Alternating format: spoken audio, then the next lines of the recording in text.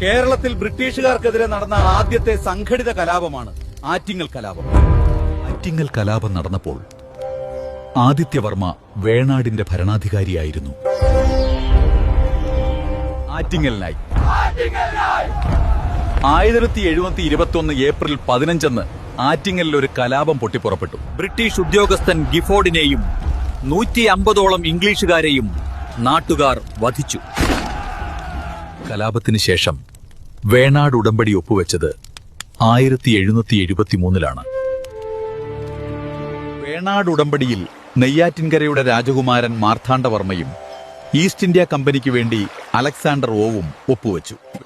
ഒരു ഭാരതീയ രാജാവുമായി British east India company ആദ്യമായി ഒപ്പിട്ട ഉടമ്പടിയായിരുന്നു ഇത്.